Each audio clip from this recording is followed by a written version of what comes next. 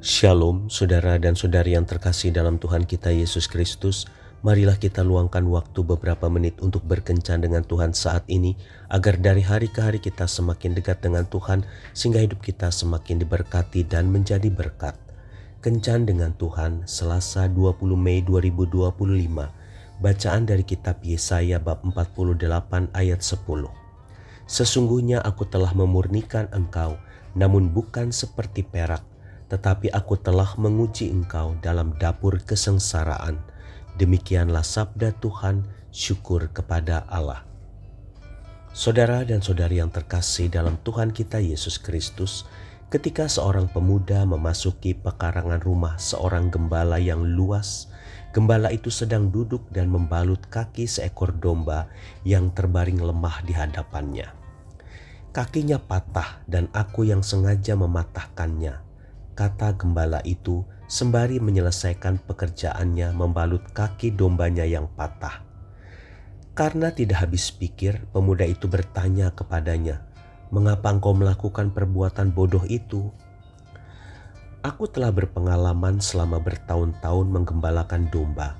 Aku tahu cara mengatasi domba yang nakal, yang tidak bisa diatur dan selalu tidak menuruti gembalanya. Domba ini adalah yang paling nakal dari semuanya. Banyak kali aku menghabiskan waktu untuk mencari dia kemana-mana karena ia tidak pernah menurutiku. Ia selalu membuat keributan dan berkelahi dengan teman-temannya. Beberapa hari yang lalu aku memutuskan untuk mematahkan kakinya karena aku ingin dia menjadi domba yang baik. 3 hari pertama ia memang membenciku. Ia bahkan menggigit tanganku jika aku memberinya makan. Tetapi aku terus melakukannya dengan sabar, dan sejak kemarin sikapnya berubah terhadapku. Ia membaringkan kepalanya di pangkuanku, mengambil makanan dari tanganku, dan menggosok-gosokkan badannya ke tanganku.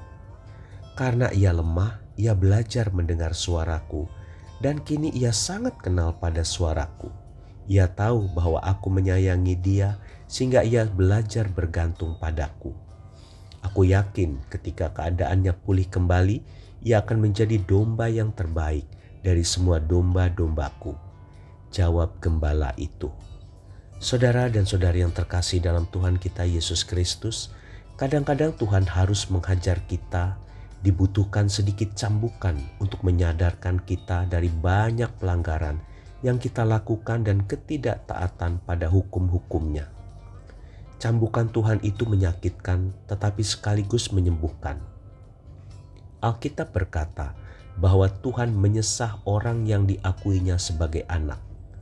Jika hari ini kita merasa bahwa Tuhan sedang menghajar kita habis-habisan, entahkah itu melalui musibah, masalah, pekerjaan, masalah keuangan, atau sakit penyakit, mengucap syukurlah, karena itu berarti Ia sedang menyembuhkan kita untuk dididik menjadi orang yang taat.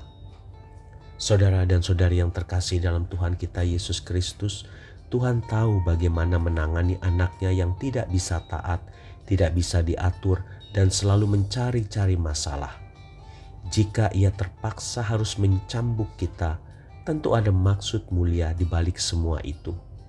Tidak ada cambukan yang tidak menyakitkan, tetapi cambukan Tuhan sekaligus menyembuhkan kita dari kebiasaan-kebiasaan buruk dan ketidaktaatan kita kepadanya. Betapa beruntungnya orang-orang yang merelakan diri menjalani sebuah proses yang merupakan bagian dari didikan Tuhan atas hidup mereka. Mereka yang tidak bersungut-sungut dan tidak berusaha melarikan diri dari didikan tersebut akan menemukan diri mereka bagaikan emas yang sudah dimurnikan dari dalam api. Tuhan Yesus memberkati.